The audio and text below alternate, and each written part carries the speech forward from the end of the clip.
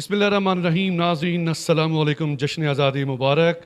14 अगस्त के हवाले से गुलबर्ग ग्रीन में गुलबर्ग एसोसिएट्स के ज़ेर एहतमाम एक पुरवकार तकरीब का किया गया है एहतमाम। यहाँ पर मौजूद हैं वतन अज़ीज़ इस्लामी जमहूरिया पाकिस्तान से प्यार करने वाले बहुत से लोग। हज़ारों साल नरगस अपनी बेनूरी पे रोती है, बड़ी मुश्किल से होता है चमन में दीदावर पैदा। 23 मार्च 1940 से करारदाद पाकिस्तान का सफ़र का आगाज़ हुआ। 14 अगस्त 1947 को इस्लामी जमहूरिया पाकिस्तान की बुनियाद रखी। एक आज़ाद मुल्क जिसमें 20 लाख लोगों ने कुर्बानियाँ दी, तब जाकर इस मुल्क में हम आज़ादी की ज़िंदगी गुजार रहे हैं। और इसी चीज़ को मद्देनज़र रखते हुए गुलबर्ग ग्रीन में गुलबर्ग एसोसिएट्स के चीफ एग्जीक्यूटिव जनाब शकील कुरैशी साहब ने अपने ऑफिस में SOPs का लिहाज करते हुए जश्न आज़ादी की तकरीबात को एक मुफस्सल अंदाज के साथ मनाने का एहतमाम किया गया है। मेरे साथ मौजूद हैं शकील कुरैशी साहब, आइए इनसे बात करते हैं। अस्सलाम वालेकुम सर। जी वालेकुम सलाम। कुरैशी साहब, सबसे पहले 14 अगस्त की खुशियाँ आपको मुबारक हो। जी आपको भी मुबारक हो। बहुत शुक्रिया। कैसे ख्याल आया, क्योंकि आजकल तो मुहर्रम उल हराम भी है। देखिए 14 अगस्त को तो हम हर साल ही सेलिब्रेट करते हैं, लेकिन इस दफ़ा थोड़ा सा सादगी से हम कर रहे हैं। वो मुहर्रम उल हराम के हवाले से ही ऑफिस के अंदर ही हमने अपने कोलीग्स के साथ एक केक कटिंग सेरेमनी की है और कर रहे हैं उसमें, और कुछ हमने गेस्ट दोस्त वगैरह हमने बुलाए हैं जिनको स्पेशल दावत दी है, यहाँ पे बुलाए हैं। कुरैशी साहब, अगर मैं पूछूं कि आज़ादी का मतलब क्या है, आज़ादी को किस तरह सेलिब्रेट करना चाहिए, तो आपका क्या जवाब होगा? सर आज़ादी सबसे बड़ी जो हम यहाँ पे खड़े हुए हैं, आपसे बात कर रहे हैं, बाहर घूमते फिरते हैं, बच्चे आज़ाद हैं, बच्चे हमारे फ्रीली घूम रहे हैं, यही आज़ादी है। अगर हम किसी के भी गुलाम होते या इस तरह मतलब आज़ाद ना हुए होते तो हम हर चीज़ का ख्याल रख रहे होते, बाहर आना जाना, बच्चों को निकालना, मतलब इजीली हम घूम फिर रहे नहीं होते। हम जो ये इजीली सांस ले रहे हैं, ये फ्रीडम ही हमारे लिए आज़ादी ही है, तो इसको सेलिब्रेट करना चाहिए हम सबको।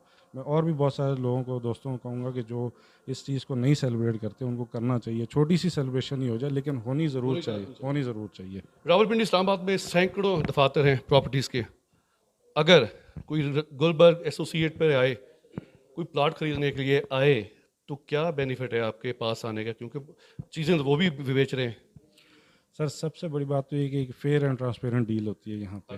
कोई इसमें कोई इफ़ एंड बट्स नहीं होते, कोई इसमें हिडन चीज़ें नहीं होती, कोई सर ऐसी चीज़ें नहीं होती। सब कुछ आपके फेयरली डील होती है, ओपन डील होती है।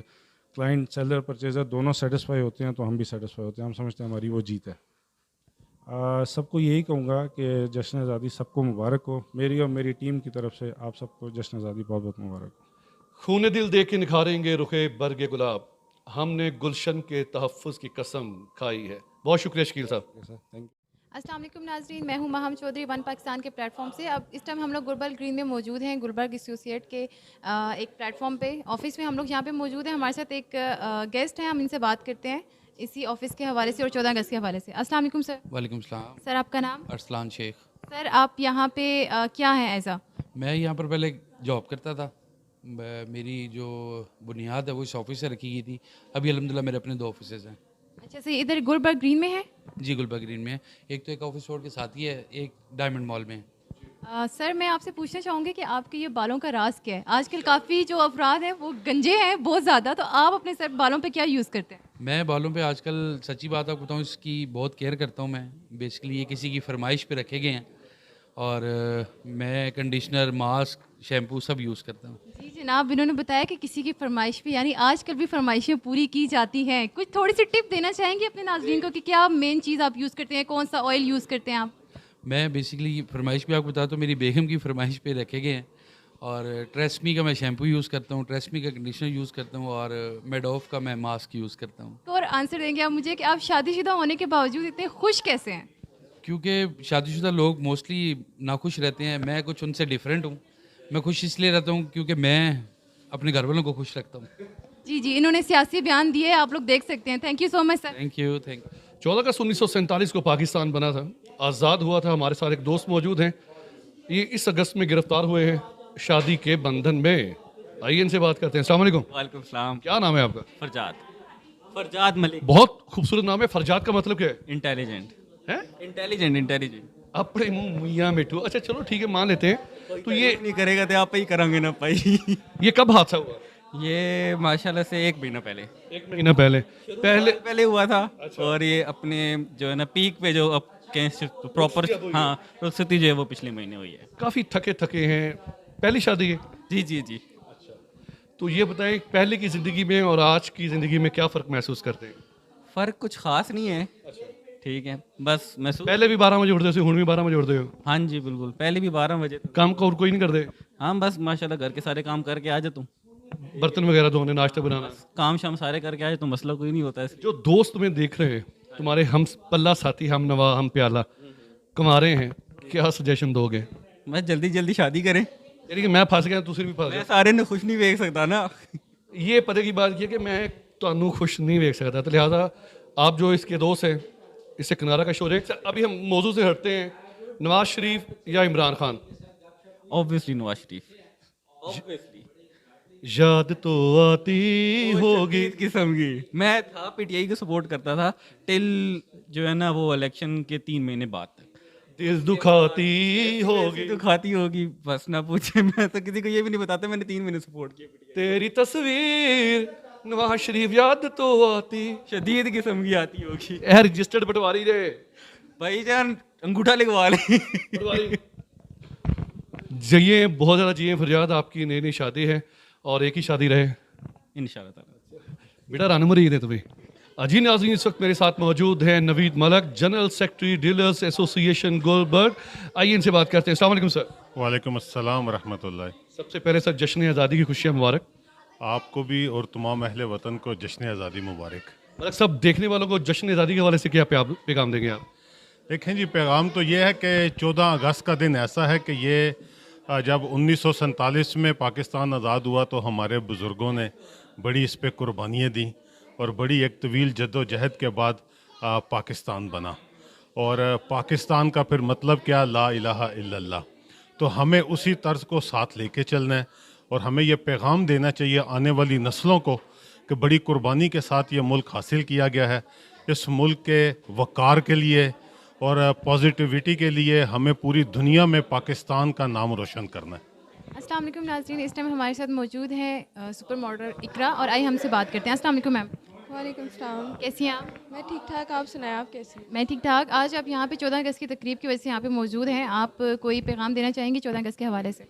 बस मैं यही कहना चाहती हूँ कि सब लोग अपने मुल्क को साफ़ रखो और एक दूसरे में अच्छी अंडरस्टैंडिंग रखो और लड़ाई झगड़े सब कुछ ख़त्म कर दो, खुश रहो और अमन सुकून करो अपनी लाइफ में। आप नेचुरली हैं। मैं अगर मॉडलिंग में इंटरेस्ट लेती हूँ तो क्या मुझे सबसे पहले अपने अंदर क्या चेंज करना पड़ेगा? भाई आप तो खुद एक मॉडल लग रही हैं। ये तो सियासी बयान हो गया। नहीं नहीं भाई, आप खुद बताएं कि ये मॉडल लग रही हैं कि नहीं लग रही। जी नाज़रीन, आप लोग बताएं कि मैं मॉडल लग रही हूँ कि नहीं बताएं। आप लोगों ने कमेंट्स में लाजमी बात बतानी है। और उसके अलावा मैम आपके नेक्स्ट प्रोजेक्ट कौन से हैं? अभी इंशाल्लाह मैं नेक्स्ट प्रोजेक्ट हम आदिल अस्करी हमारे डायरेक्टर और प्रोड्यूसर जो है फवाद खान है, हम लोग उनके साथ ARY पे ड्रामा जो है वो अम्मा जी आ रहा है हमारा, इंशाल्लाह बहुत जल्द आ रहा है। तो वहाँ पे मेरा निम्रा शाहिद के साथ एज अ फ्रेंड का प्ले कर रही हूँ ना रोल जो है। चलिए, ये तो बहुत अच्छी बात। हमारे साथ इस टाइम मौजूद है मुस्तफ़ीद अब्बासी साहब, हम लोग इनसे बात करते हैं। अस्सलाम वालेकुम सर, कैसे हैं आप? जी अल्लाह का शुक्र, बिल्कुल ठीक। हमारे साथ ये एक प्रॉपर्टी आइकॉन भी हैं, हम लोग इनसे गुलबर्ग ग्रीन के बारे में बात करते हैं। सर, आप अपने गुलबर्ग ग्रीन के बारे में कोई अच्छी चीज़ बताएं कि एक आम आदमी भी यहाँ से प्रॉपर्टी ख़रीद सके। जी, गुलबर्ग ग्रीन के लिए सबसे पहले चीज़ तो ये है कि क्योंकि ये गवर्नमेंट का जो डिपार्टमेंट IB उसका प्रोजेक्ट है और सेफ़ एंड सिक्योर है। दूसरी सबसे मेन चीज़ ये है कि ये ट्विन सिटी की ऐसी लोकेशन के ऊपर है जो हर इंसान को सूट करता है, चाहे आप इंडी से आ रहे हैं, इस्लामाबाद से आ रहे हैं, सेंट्रलाइज पोजीशन पे है। और माशाल्लाह इसकी जो डेवलपमेंट है वो भी काफ़ी अच्छे लेवल पे डेवलप किया गया है। बहुत खुली रोड्स हैं, ग्रीनरी बहुत ज़्यादा है और यहाँ पे हर लेवल के लोग को उसके मुताबिक प्लॉट मिल सकता है। फॉर एग्जांपल जो सस्ता लेना चाहे, सस्ते भी हैं, महंगे भी हैं, क्योंकि ब्लॉक इतने ज़्यादा हैं, प्लॉट इतने ज़्यादा हैं कि हर प्राइस के मुताबिक यहाँ प्लॉट अवेलेबल है। सर, यहाँ पे स्कूल्स वगैरह, हॉस्पिटल सब कुछ डेवलप हो चुका है यहाँ पे? जी, जो स्कूल्स हैं इस वक्त काफ़ी सारे स्कूल्स अंडर पाइपलाइन हैं, लेकिन इस वक्त फ्रॉबल्स आपका रूट्स इस वक्त ऑपरेशनल है और रिफा मेडिकल यूनिवर्सिटी के अंडर कंस्ट्रक्शन हो रही है और अभी इंशाल्लाह नियर फ्यूचर 2-3 साल के अंदर यहाँ पे काफ़ी सारे नए स्कूल भी आ जाएंगे, लेकिन अभी भी स्टिल मौजूद हैं।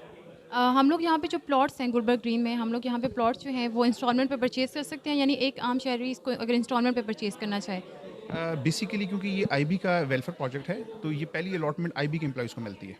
और इस वक्त जो प्लॉट्स हैं वो नॉर्मली हमें कैश पे लेने पड़ते हैं, लेकिन आईबी एम्प्लॉयज़ को इंस्टॉलमेंट पे हैं। जब हम उनसे ट्रांसफ़र कराते हैं तो हमें फुल पेमेंट देनी पड़ती है।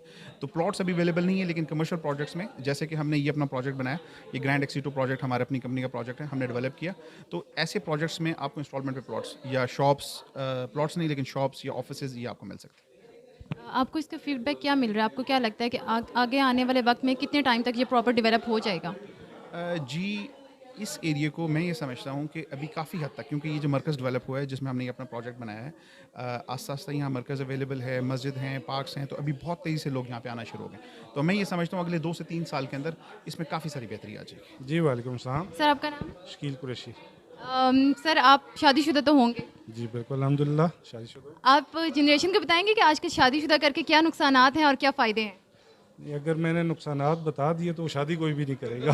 नहीं, आप थोड़ा सा हमें भी बता दें ताकि हम लोग भी करें या नहीं, ये भी हमें पता चल जाना चाहिए। नहीं, मैं तो समझ रहा था आप लोग शादीशुदा हो। सर अब ऐसी भी कोई बात नहीं, हम लोग टोटली सिंगल हैं। नहीं, कोई ऐसा नुकसानात नहीं है। ये है कि हर रिश्ते में आपको पता है नुकसानात भी होते हैं और फ़ायदे भी होते हैं, तो वो कोई ऐसा नुकसानात नहीं है इसमें। सर इस्लाम में 4 शादियाँ जायज़ हैं, आप इसके बारे में क्या कहते हैं आजकल? ये अगर इंटरव्यू लाइव जाएगा फिर तो मैं नहीं बता सकता। वरना जो है ना, आपको पता है, आप हर बंदा 4 करने की ख्वाहिश तो रखता है, लेकिन ऐसी देखिए नाज़रीन, दिल की हसरत जो है वो तो मुंह पे आ ही जाती है कि 4 शादियां तो करना बनता है। उसके अलावा